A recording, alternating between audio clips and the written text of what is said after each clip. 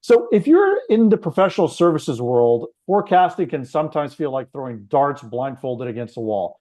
Today, we're going to attempt to pull off the blindfold a little bit and show you exactly how Incloud and Vincent completely rebuilt their forecasting engine using Client PSA. So before we dive in, a couple of housekeeping items. We will be recording the session, and we'll share the recording in a follow-up email tomorrow that we'll send out. We'll have a few minutes at the end to answer your questions, so please feel free to use the chat button to post your questions, and we may get to it even during the webinar as well. So just a quick introduction. My name is Raul Acosta, and my role at Client is to oversee our partnerships and alliances. I've been in the Salesforce ecosystem now for more than 10 years, working in various strategic sales and marketing roles. And my co-host today, and arguably the star of the show, is Vincent Blasi, Director of Business Enablement at Incloud. Vincent has a unique perspective because he sits between sales, delivery, and operations at Incloud. So he's been in the trenches of this forecasting transformation internally we're going to talk about today. He lived the before, he led the change, and now manages the after every single week. So he'll share what worked, what was hard, and then what they're still trying to figure out. So welcome, Vincent. Thanks for joining us today. Thank you very much, Raul, and thanks for everyone for joining as well. Excited to tell you a little bit about our story. Excellent. So for those that don't know, I know there's a lot of people that are customers of Client, but quick intro on Client. We are the first autonomous PSA platform built 100% directly on Salesforce, designed to help you manage your projects, resources, and financials efficiently, partnering with customers all over the world. And Incloud is a Salesforce consulting and implementation partner operating across Canada and the Northeast USA since 2013. They've delivered almost 4,000 projects across industries like financial services, healthcare, and professional services. And like many growing professional service firms, they hit a point where their internal operations needed the same level of transformation that they provide to their clients. So just a quick, we're keeping this tight today. Here's our agenda. We'll define this two-part forecast challenge that was holding Incloud back. Then Vincent will share why Incloud chose to move to Client and then the massive internal shift that followed. We'll jump into a 5 to 7 minute live demo so you can see Client system in action and how they handle forecasting. And then we'll talk about what's next for Incloud, specifically, how they evolved, how fixing data is the only way to prepare for their AI transformation, then wrap up with some live Q&A. All right, so before we dive into Incloud's pain points, we want to hear about yours. We're going to launch a quick poll on your screen right now. What is your biggest forecasting challenge right now? We'll give you about 15, 20 seconds. We love to get a poll and see what's going here. And if the answer here is not applicable to you, then please put it on the chat and we'll try to address it later. But what's really interesting about this, Vincent, is a lot of these four options here were all some of the biggest challenges that Incloud face here. So curious to see how the audience responds. We'll take a few seconds more. Let's see what the answer to the poll is. All right. See if we can get those results. All right, so we got 40% disconnected systems that don't talk to each other. Vincent, that's pretty common, I think, when we talk to our customers and you guys as well, right? Agreed. It's something that we've experienced, and it is a major pain point, as I'll talk to in a brief moment. Let's get into it. Let's transition to the meat of the story. So every great transformation story starts with a breaking point. Your story is no different. Incloud's story is no different. So maybe talk to us a little bit. I know Incloud was scaling fast during COVID, but had numerous obstacles internally that prevented them from taking on larger, more mature, more complex projects. Take it away, Vincent. Talk to us, walk through us some of your forecasting challenges and just the overall impact of the business. Awesome. Thank you, Raul. And you're 100% right? The reason why we made the change stemmed from the challenges that we were experiencing. And some of those challenges were obviously in relation to the way that we were forecasting project. It all started when we started to look into, well, how is our accuracy so off, right? And we identified two major challenges. One was in regards to the way that we were forecasting for ongoing engagement, but most importantly, how we were forecasting for engagement that we were in the midst of a sales cycle. It looked like what we started to do was, looking at, sales teams were selling a project and would be like, we're going to need a dev for 100 hours and this project spread across 10 weeks. Well, it was kind of becoming a flat line of, 10 hours a week, it's going to get you your 100 hours.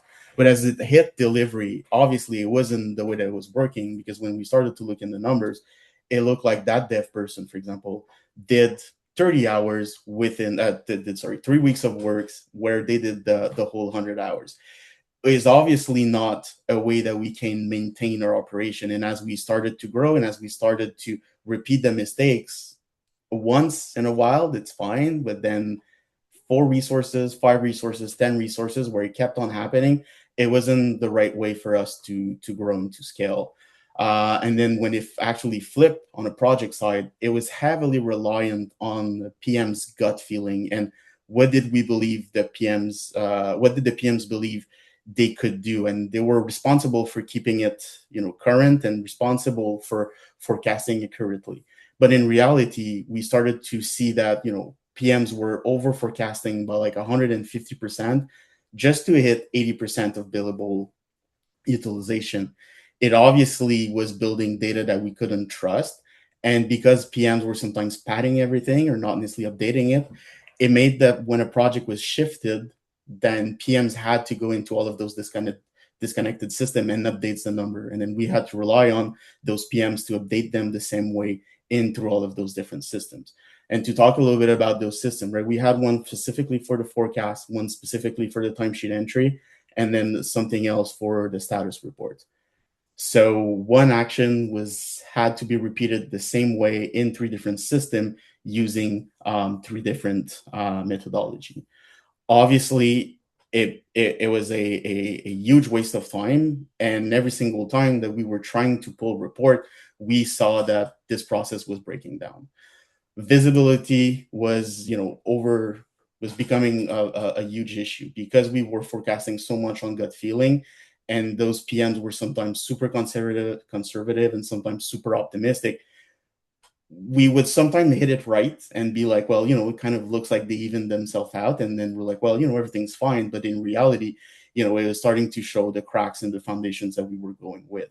And from a leadership perspective, there's just no way of telling what exactly are we going to be invoicing next month and what are we going to be invoicing next quarter, because every single time we were trying to pull reports, by the time we ended mashing all of them together from those 3 external systems, something had changed, and the whole exercise was to be redone from the start, which is something that we couldn't let go anymore. No systems talk to each other. Salesforce were responsible for all of the opportunities, but then ongoing project were still maintained in those 3 different systems. It wasn't necessarily. Yes, sorry. Yeah, no problem. I was just moving the slide, making sure that go ahead. Sorry to interrupt. Oh, no, all right. So basically, it wasn't necessarily that we were faced with a massive or catastrophic, forecast failure. It was still somewhat, sometimes accurate. And like I said, right, it kind of sometimes evened themselves out and it was working. But it's really what, we can call the death by a dozen cuts. It was all of those factors that kept on adding up, right? The resource misallocation, because, for example, the dev was supposed to work from week 1, but only ended up working on week 6. Well, that was idle time that he could have been working, or she could have been working on something else. But the reality is, this was also an issue when we started to look into, well, what do we need to bring in the team? What project will require additional resources that we don't have? And then we start hiring people. That was kind of a reactive move, because we're like, well, this project is going to close. We have no one. But in reality, we did have potentially those people on the bench that were waiting for project. And then they also happen where, we think this project is going to close. We hire someone, and then that project doesn't start, or that person needed to start on the project later than what we thought. So they're standing there waiting on the bench, doing trailheads, doing training. But it is, a cost that we could have not incurred if we would have known.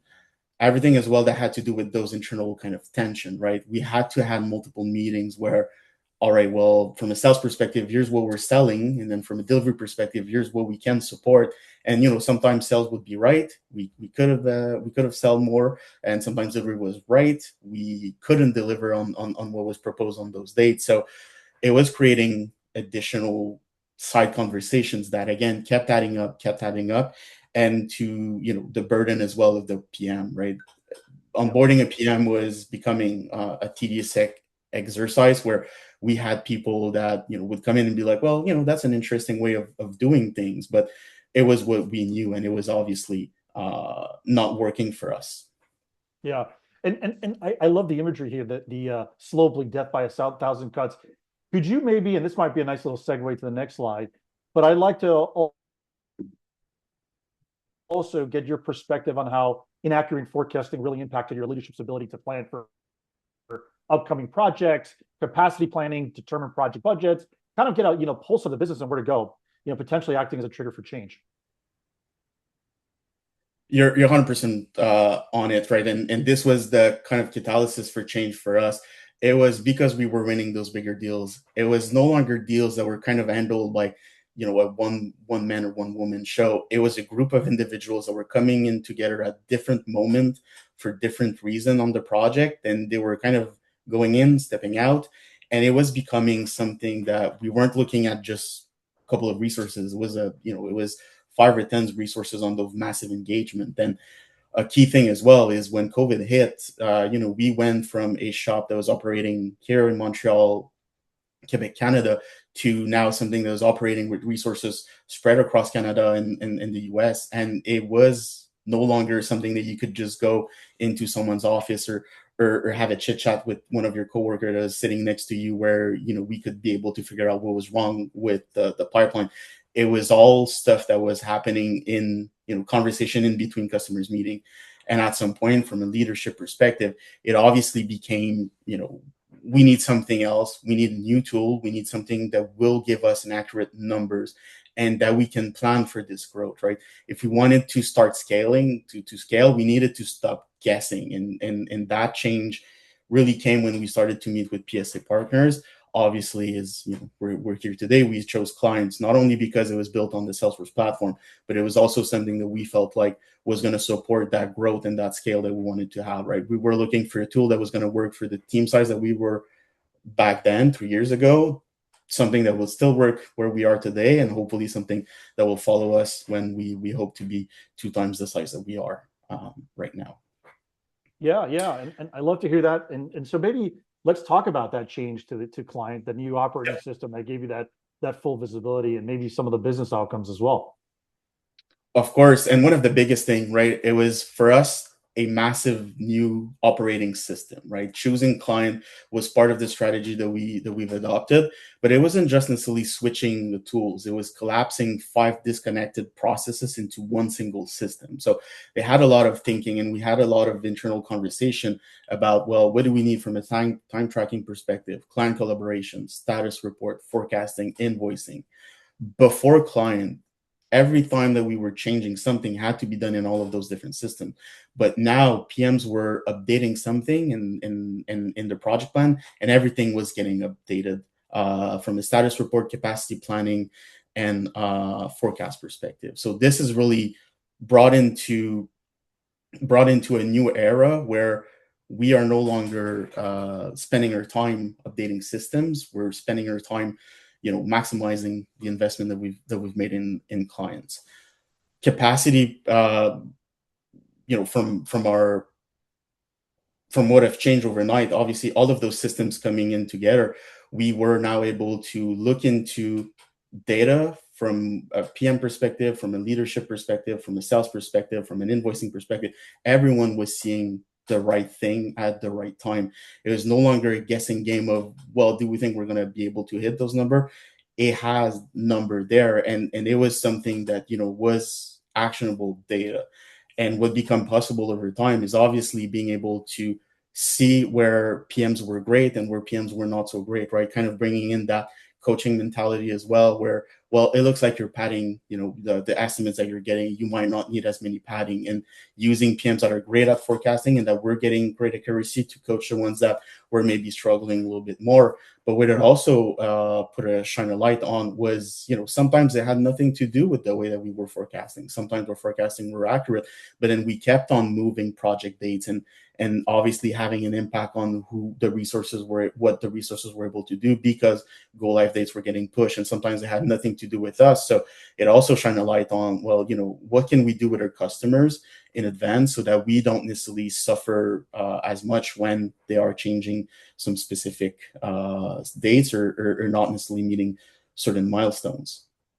Yeah, And no, obviously, yep, yeah, go go ahead, ahead. go ahead. Sorry. Mhm. No, I was just going to say, and obviously it goes into the hiring process, right? Instead of being reactive, we're now in the shoes where we can see those forecasting needs way in advance. We can see how they evolve as well as the sales process evolve and as the project goes on. And instead of being reactive to, well, we need resources, we can plan them out, right? We can figure out, do we actually need someone full time? Can we go down the contractor route? Do we need someone that's maybe going to be on the bench for a while?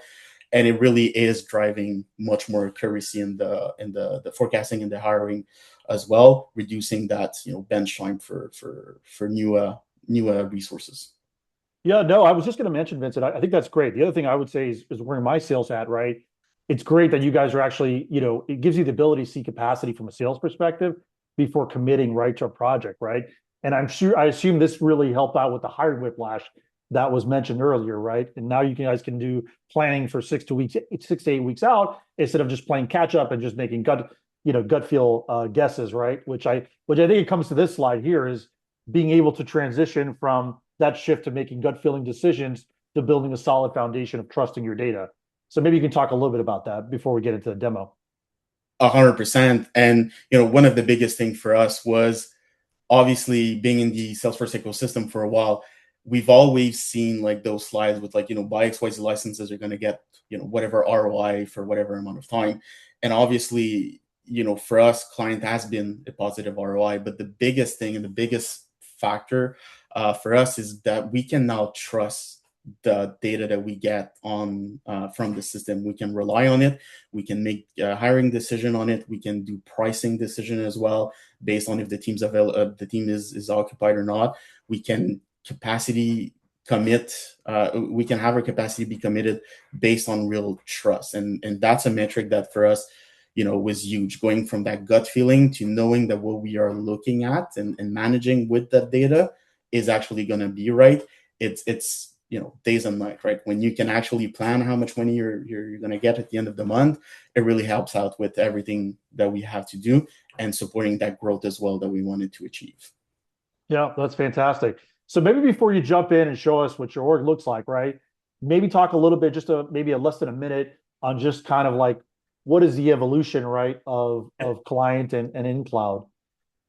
100%. And that's where really we are so proud of partnering up with Client, because it has become a project that built a new trust and new relationship with you guys. Because as we kind of go into the market right now, a lot has changed from where we were 3 years ago, and not necessarily just because we've evolved, but as well because the market has evolved and because of how things are happening right now.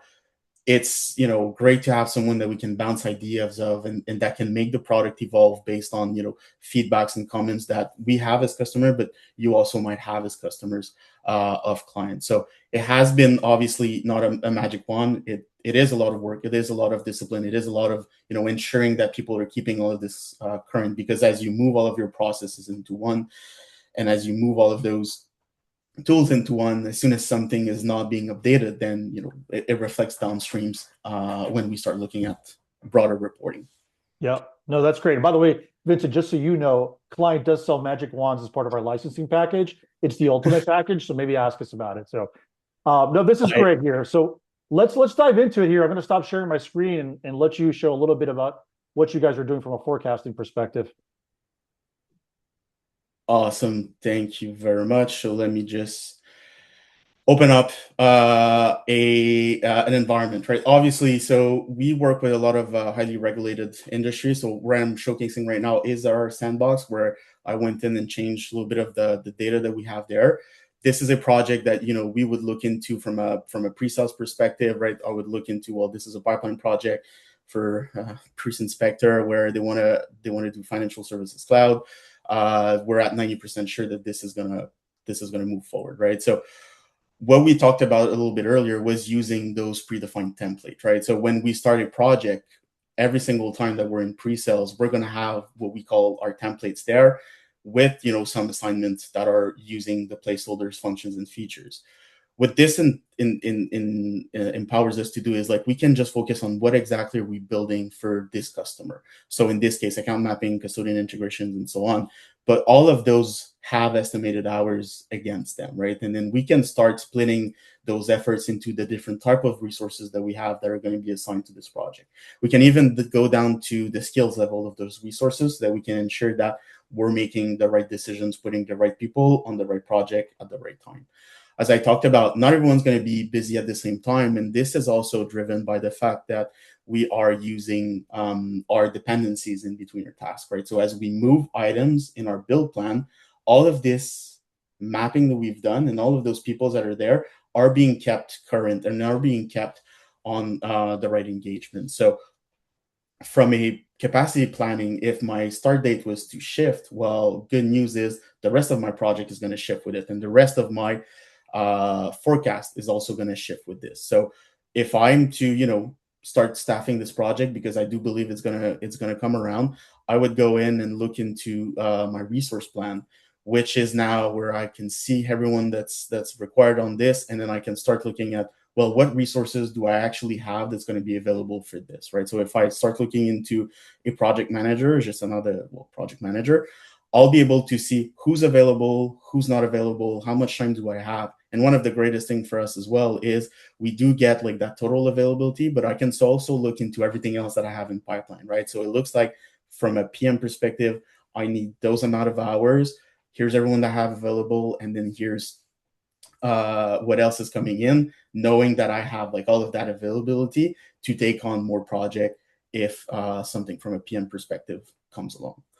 From a forecasting, revenue perspective, we use this report abundantly because it gives us a breakdown of like how many dollars are we going to be invoicing, on a week-to-week basis, and then we can also filter out through quarter and through years. But as our forecasts move, this report moves with it, and it is being updated and being kept current, where we can see, well, what's the total revenue, what's the forecasted number of hours, and what's the expected margin. Again, in all of those decisions that we take in order to support our growth.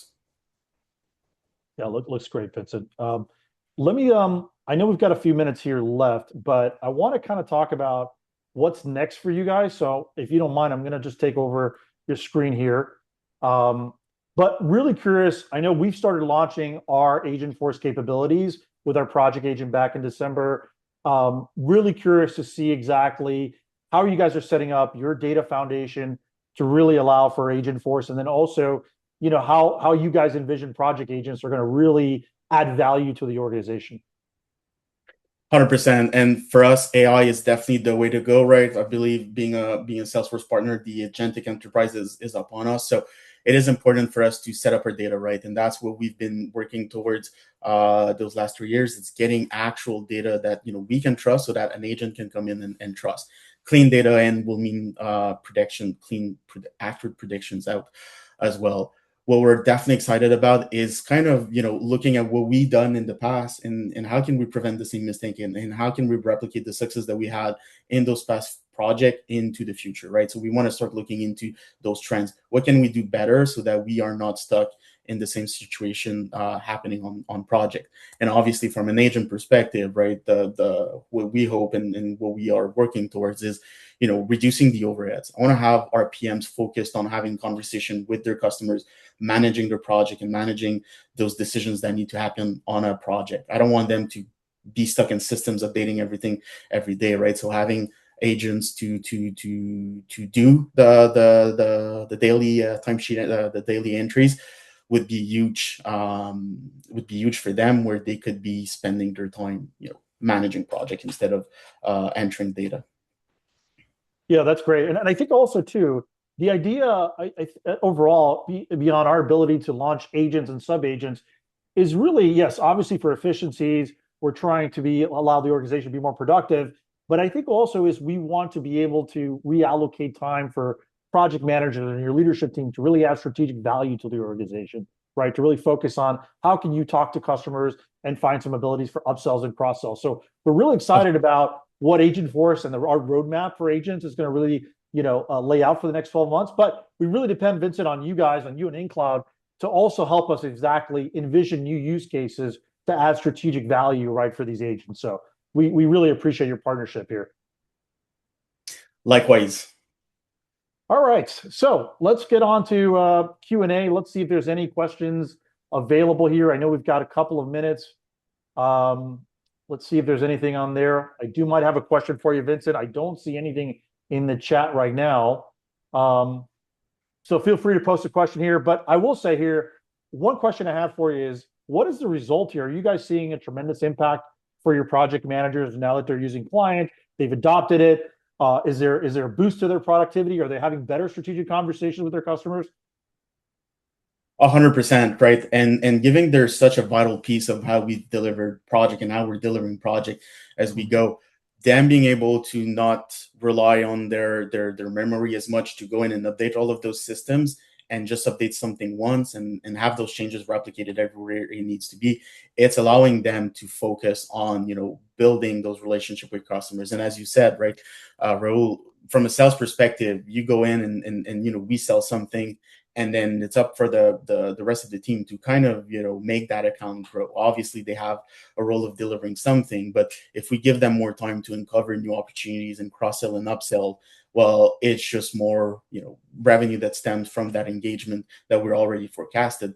And it goes into, them building those relationships with customers so that whenever we hit a rocky patch, well, customers tend to stay with us because they love the approach and because they love the way that our project manager have been managing this, which obviously comes from the fact that they have the time to have those conversations and spend those hours with our customers. Yeah, that's huge. That's awesome. Okay, well, listen, we've got a minute left. We're going to do one last poll for you here. Just curious overall, based on not only just about forecasting, but what's the number one priority for your team's client environment right now? You've got a few options here. Is it improving PM adoption? Is it aligning sales and delivery? One of my top initiatives, cleaning up your data, prepare for AI. We'll take about 10, 15 seconds here before we say goodbye.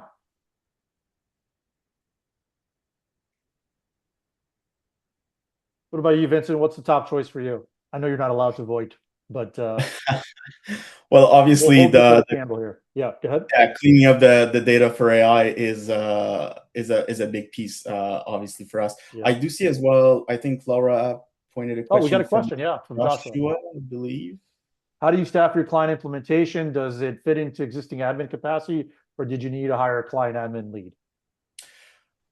From our perspective, obviously, being a Salesforce partner, we know our way around the tool really well. It's a platform that we've been using for a while. So with the help of clients, we're able to figure out, well, kind of what's the route that we wanted to do and to take. But it stems from the fact that we know the platform, we could understand what was built behind it, and we were able to go in. But obviously, as you guys are onboarding or getting ready for that journey, relying on people that know the platform and know the tool is definitely a worthwhile investment. It is bringing much less frustration into trying to figure out, well, how can we do something when the playbook on how to do it probably exists somewhere. Yeah, great question. I know we're a minute over here, so I'm going to say, if there's any of the questions, feel free to reach out to Vincent or myself. There's our contact information. We really appreciate it. We try to keep it at 30 minutes here. We will send out this recording and a follow-up email to everybody who attended and those who registered but were not able to attend. Really appreciate your time, everyone. Have a great week. Have a solid weekend. We will talk to you next time. Thanks so much. Bye-bye. Thanks, Vincent.